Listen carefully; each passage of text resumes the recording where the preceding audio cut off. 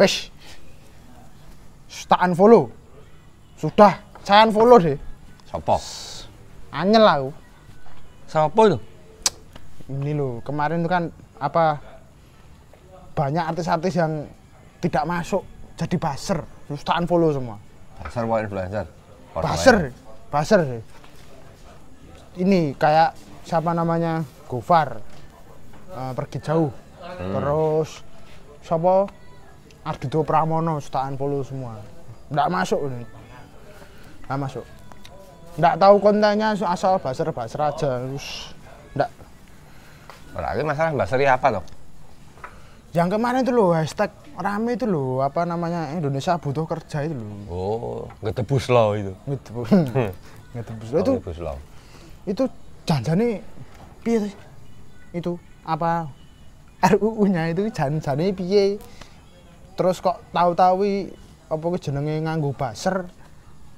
Akhirnya terus buzzer ya ora masuk. Itu janjane piye? Enggak, kalau ngeliatnya anu itu sama-sama enggak cetak. Ora cetak kabeh. Sama-sama enggak cetak? Enggak cetak no. Maksudnya gimana, Ding? Gini, nek aku bayang gini kuwi agensinya sopo atau konsultannya siapa, itu kan nggak jelas. Waktu itu kan juga ngeliat rame ngapain. Aku juga sempat nanya ke Gofar, ada apa tuh ini?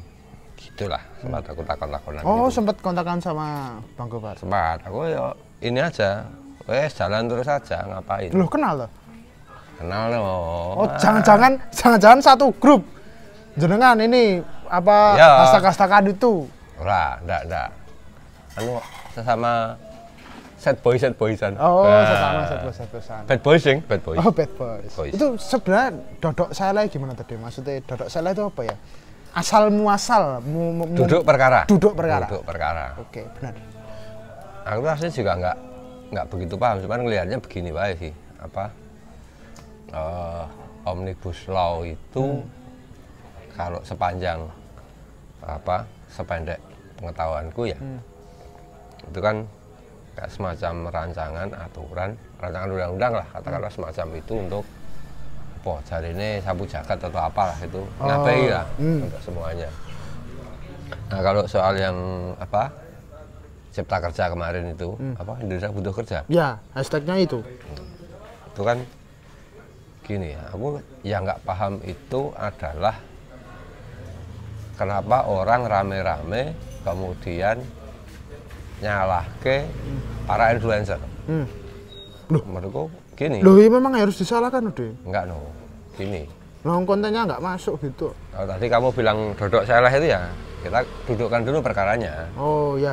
Berarti ini tak buang dulu ya, apa ya, namanya emosi dan ini tendensi abaikan dulu. Oke. Jadi kalau yang aku lihat Omnibus Law itu sebagai katakanlah apa ya rancangan itu kan perangkat hukum. Kalau cipta kerja kan berarti kira-kira kan kaitannya dengan ketenagakerjaan. Sempat waktu itu ada Gofar juga kenal loh Mas Andi Ricardi itu juga sempat protes soal semacam itu. Misalnya dia kan kerja di perusahaan asing, perusahaan Amerika di Jakarta. Nah, itu kan kalau misalnya dengan rancangan yang sekarang ini, kira-kira kan Kang Andi bilang, wah aku nek sesuk aku pensiun atau misalnya ada pemutusan hubungan kerja menggunakan acuan ini, aku nggak dapat apa-apa. Dan kira-kira semacam itu. Gampangannya kalau yang aku sih detailnya nggak ngerti ya, tapi kalau dulu itu aku kan pernah juga berperkara soal ketenagakerjaan kayak gini. Aku pernah berperkara waktu itu kan, aku lupa peraturan Menteri Tenaga Kerja itu apa, Permenaker nomor berapa gitulah kira-kira. Jadi kalau kerja udah misalnya sekian tahun itu hak pesangonnya berapa, terus kayak semacam uang penghargaan, jadi ada hak pesangon terus sekian dikalikan sekian kali, terus apa sekian bulan, terus ada kayak semacam uang penghargaan lah, kira-kira semacam itu. Oh, yang jadi RUU itu kemarin yang bikin geger itu salah satunya ini tadi ya, masalah pesangon, gaji. Salah satunya, tapi itu kan banyak salah satu banget. Kecil ya? Banyak banget. Nah, problemnya itu kan kayak gini. Apa namanya? Kita saja yang jarine itu lebih lebih maju dalam pengertian kita punya mudah mengakses banyak informasi dari yang lain dibanding orang lain lah misalnya begitu. Nah itu saja kita nggak tahu isinya apa rancangan itu misalnya. Iya betul sih. Menurutku tuh problemnya itu ada di situ. Jadi problemnya itu sosialisasinya nggak ada. Ya wong sing ngerti piye? Nanggapi gimana? Loh, berarti mungkin kemarin seperti influencer itu membasing itu buat sosialisasi atau gimana saja? Kalau aku ngelihatnya mungkin niatnya sosialisasi, niatnya. Cuman siapapun mereka, apakah itu agensi atau konsultan, menurutku ya dia nggak ngerti substansinya itu apa. Dia seolah-olah gini, kalau aku nangkep kemarin itu mikirnya kalau misalnya kayak pakai hashtag Indonesia butuh kerja itu kan apa ya, yang butuh kerja ini Indonesia apa rakyatnya. Oke, mungkin itu cuma buat nyimpelkan saja, mungkin maksudnya masyarakat supaya dapat peluang banyak pekerjaan.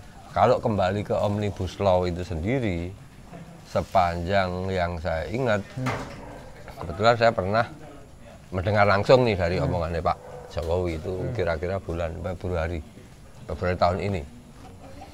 Waktu itu beliau cerita maksudnya itu apa, itu kurang lebihnya begini. Ya tantangan Indonesia itu kan manpower banyak, ruang pekerjaannya terbatas, kira-kira semacam itu kan. Terus kaitannya pengen dongkrak pertumbuhan ekonomi dan semacamnya, menarik investasi kayak itu. Nah, selama ini yang saya pahami ini itu kan Omnibus Law itu sebenarnya kan nggak hanya soal ketenaga kerjaan, menurutku banyak itu.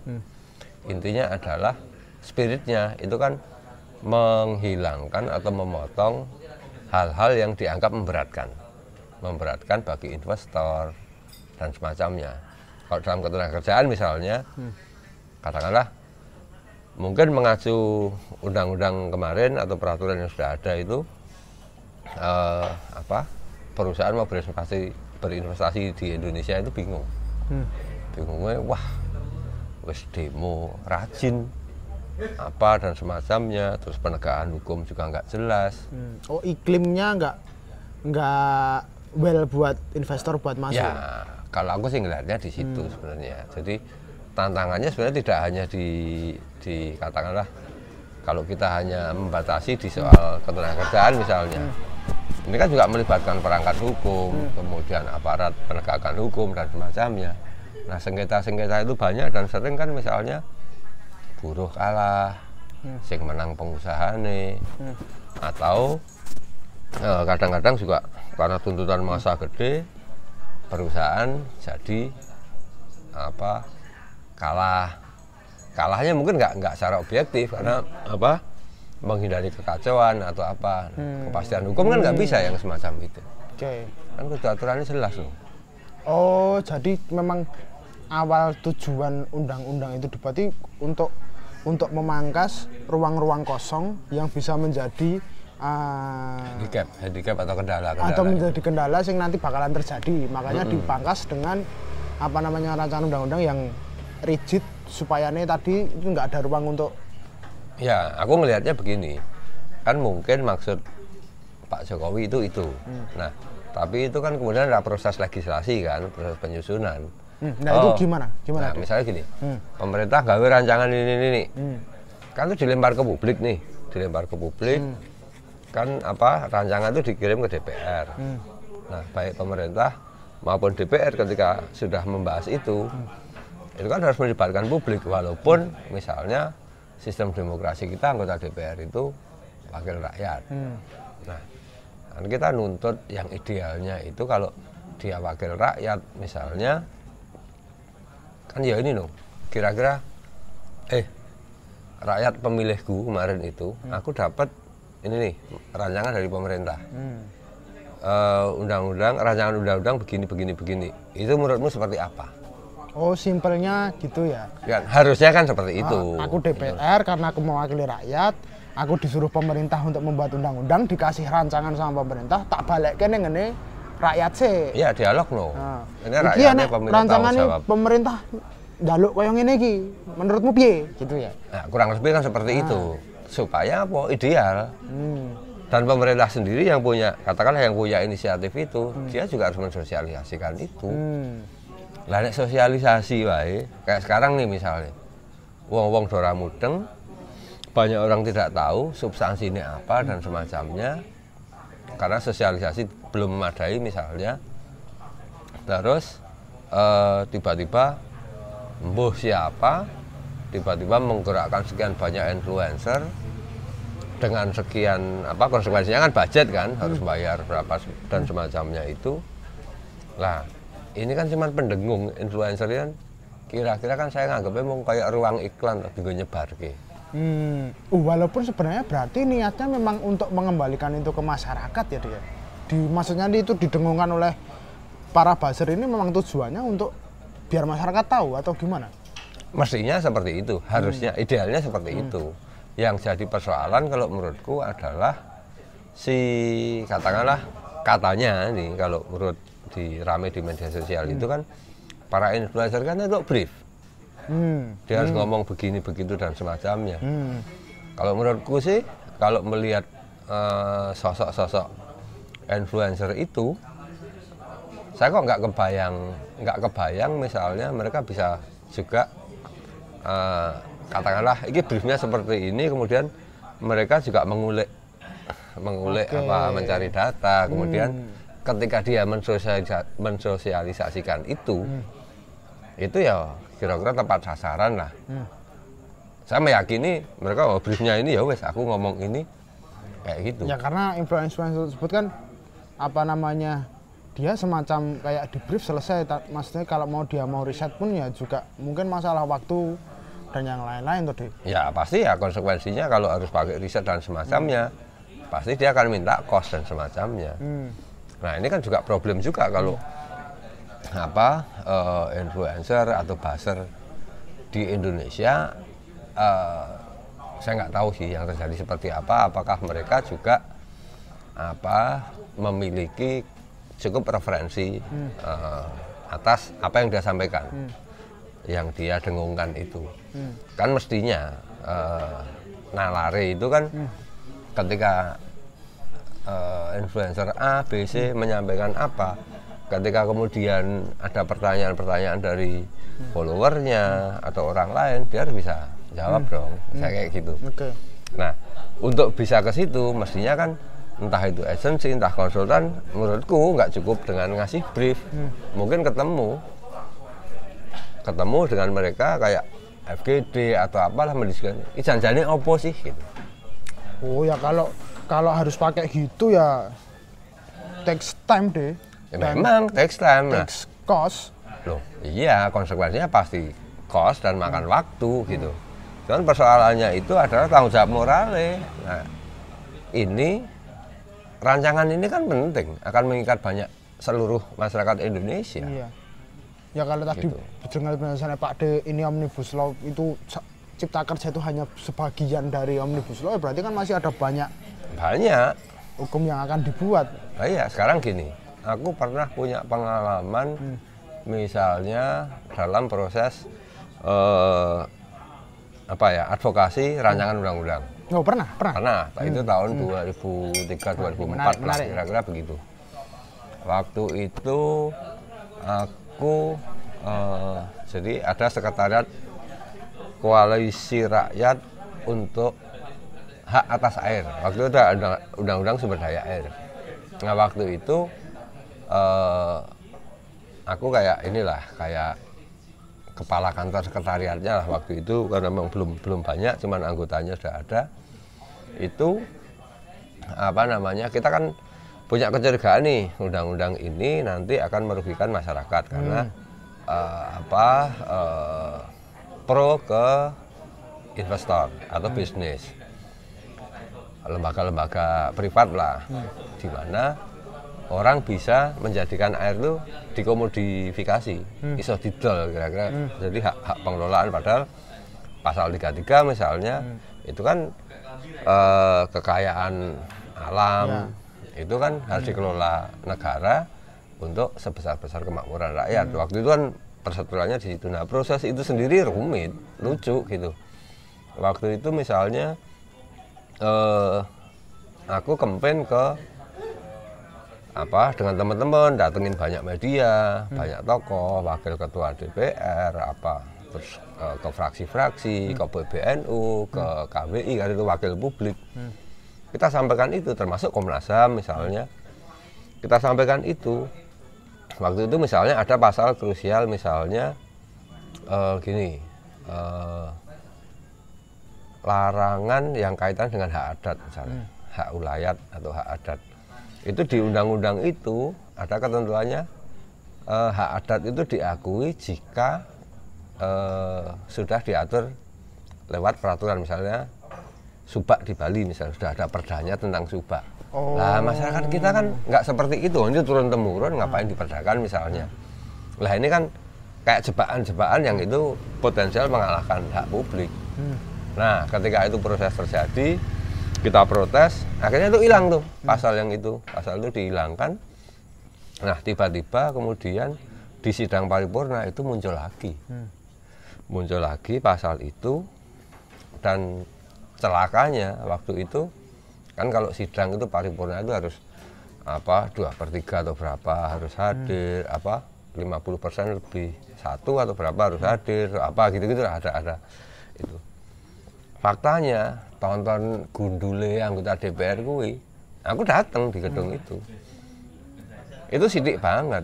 Kalau dihitung jumlah anggota DPR-nya nggak genap, tapi di tanda tangan kehadiran itu quorum. Oh iya, berarti titip absen. Titip absen lah. Ini zaman kan saya kuliah dulu berarti. Makanya, lah itu kan proses legislasi semacam ini kan juga mencurigakan. Artinya ya kita paham sih, kalau aku paham misalnya orang protes itu, saya pun juga sampai sekarang nggak begitu ngerti substansinya di ini apa, sosialisasinya juga nggak cukup. Tiba-tiba muncul menggunakan jasa influencer itu, Indra butuh kerja. Menurutku ya jangan itu dulu. Kalau kamu mau sosialisasi itu ya cukup dikatakan bahwa Indra mau bikin ini ada problem-problem ini, menurutmu apa misalnya. Saya kira influencer misalnya katakanlah dikasih brief untuk menyampaikan itu akan menarik karena akan ada masukan-masukan dari publik kan.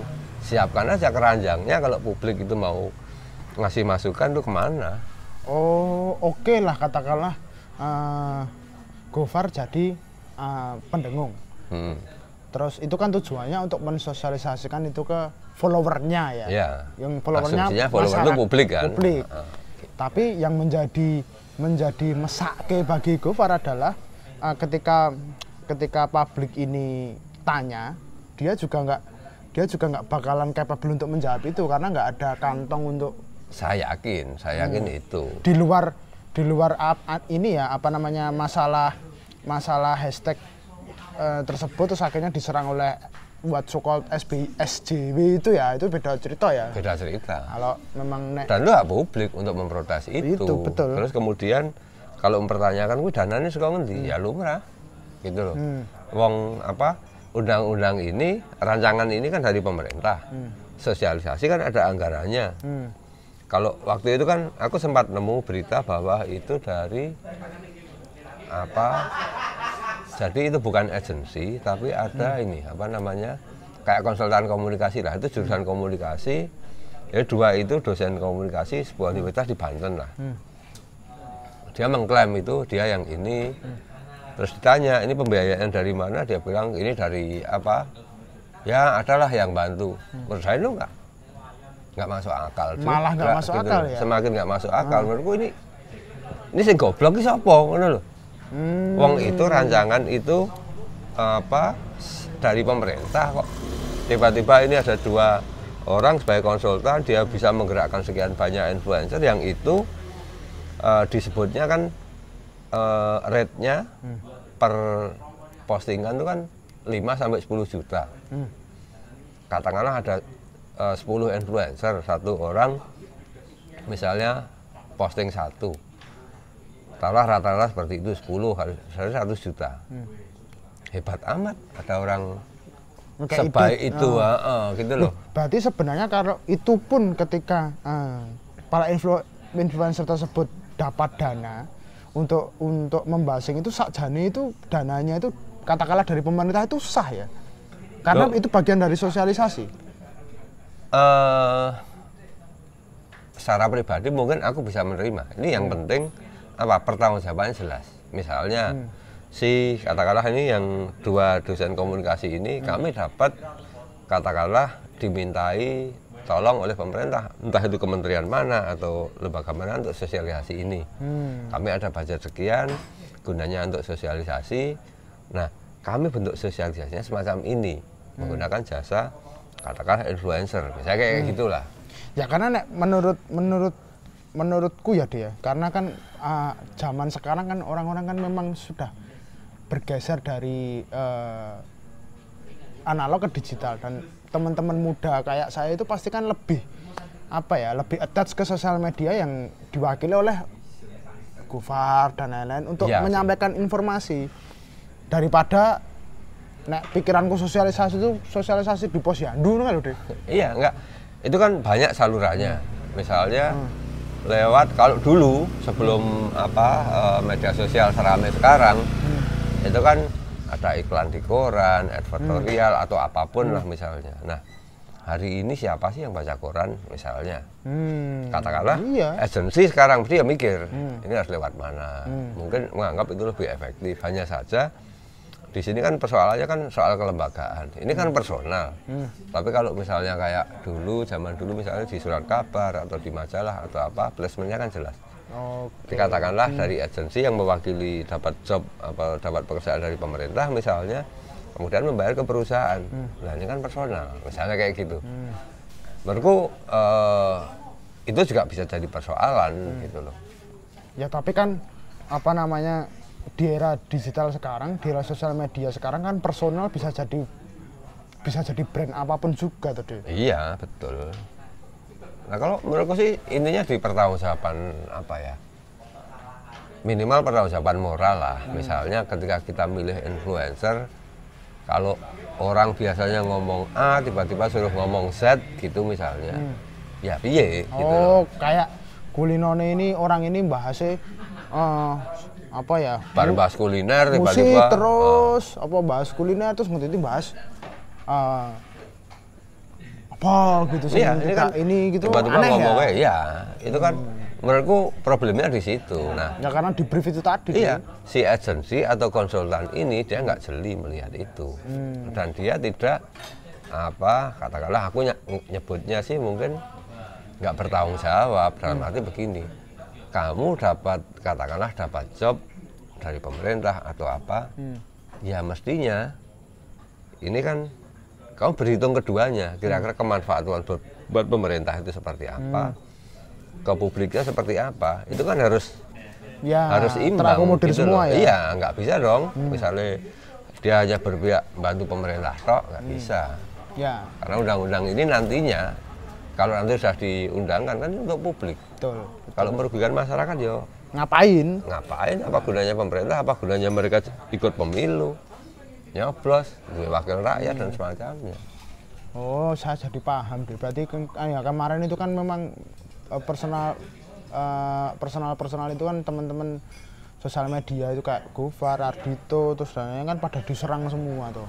Diserang sama orang-orang itu karena dia jadi buzzer dan lain-lain. Terus sekarang kalau aku tahu penjelasan begini malah jadi mesake ke mereka. Kasihan, mereka bisa jadi kalau dalam pendapat saya Gofar, Ardhito, siapa lagi itu ini jadi korban saja gitu loh. Dia mungkin biasa selama ini mendengungkan kampanye brand atau apa yang briefnya ini dibayar rate-nya sekian, dia jalankan, tiba-tiba ketemu ini, wah dia harus hadapan seperti ini. Dan menurutku kayak Dito gitu misalnya, kalau aku mending terbuka aja, aku dapat dari mana, ininya briefnya seperti apa sampaikan aja, itu sebagai semacam akuntabilitas gitu. Nggak salah kok gitu. Menurutku yang salah itu yang milih dan yang menghakimi. Jelas, kalau yang menghakimi jelas gitu loh. Netizen julid itu Indonesia. Oh ya, berarti ya apa ya? Mungkin saya sebagai anak muda harus tahu ya, akhirnya dengan seperti ini kan saya jadi tahu tadi apa namanya urutannya seperti apa, duduk perkaranya seperti apa, dan ya apa namanya memang kita harus jeli ya bersosial media karena sebenarnya di situ ada informasi-informasi yang benar yang kadang kita nggak tahu, terus akhirnya disalahgunakan. Iya, kayak yang saya tadi kayak proses penyusunan undang-undang itu kan rancangan itu kan inisiatif bisa dari pemerintah atau dari DPR misalnya. Tapi intinya kan pemerintah dan DPR ketemu. DPR itu asumsinya wakil rakyat, wakilnya rakyat karena dia dipilih oleh rakyat. Asumsinya ini wakil rakyat ini kan memperjuangkan rakyat. Pemerintah dalihnya kan selalu normatifnya bilang bahwa ini kan juga untuk kepentingan rakyat. Nah, kalau berangkat dari situ kan mestinya ya udah fair aja, dibuka seluas-luasnya supaya ada respon publik, sehingga sebuah peraturan itu nanti ketika jadi itu ya benar-benar memenuhi kebutuhan rakyat. Enggak pas buatnya delik-delikan ngerti-ngerti tadi gitu ya. Itu yang jadi masalah di situ. Nah, kemarin itu menurutku siapapun mereka, katakanlah ada yang nyebut SJW lah atau apa, menurutku spiritnya benar, dia mengkritik itu. Cuman ya lagi-lagi ini kan soal yang nggak bisa mudah dijelaskan. Ada yang nggak seneng dengan rezim atau apa, pokoknya antem kromo sikat hati rame. Cuman atau gitu aja. Atau nggak seneng sama personal influencernya ya dia. Bisa saja seperti itu. Iya. Resolutif kata Bu Tejo.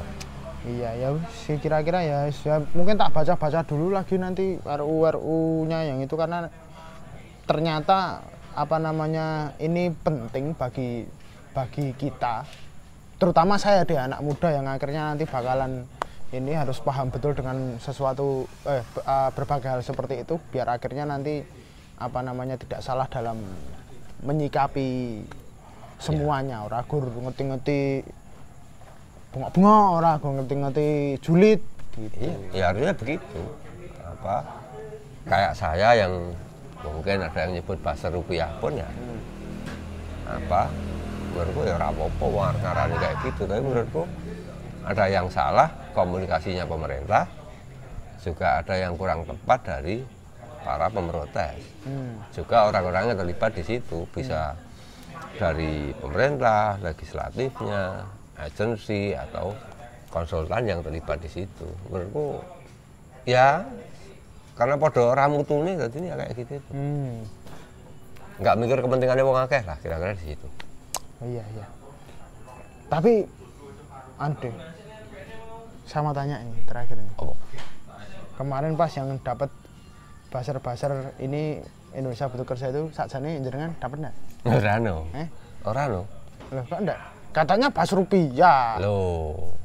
Nah aku ra nyinyir no. Tak nikmatin. Tak jajake no. Kayak ora ngerti wae. Makane es tehnya tuh entek ra dijog-joge gini ya, Dek ya. Ini juga. Nanti ra kuat tuku.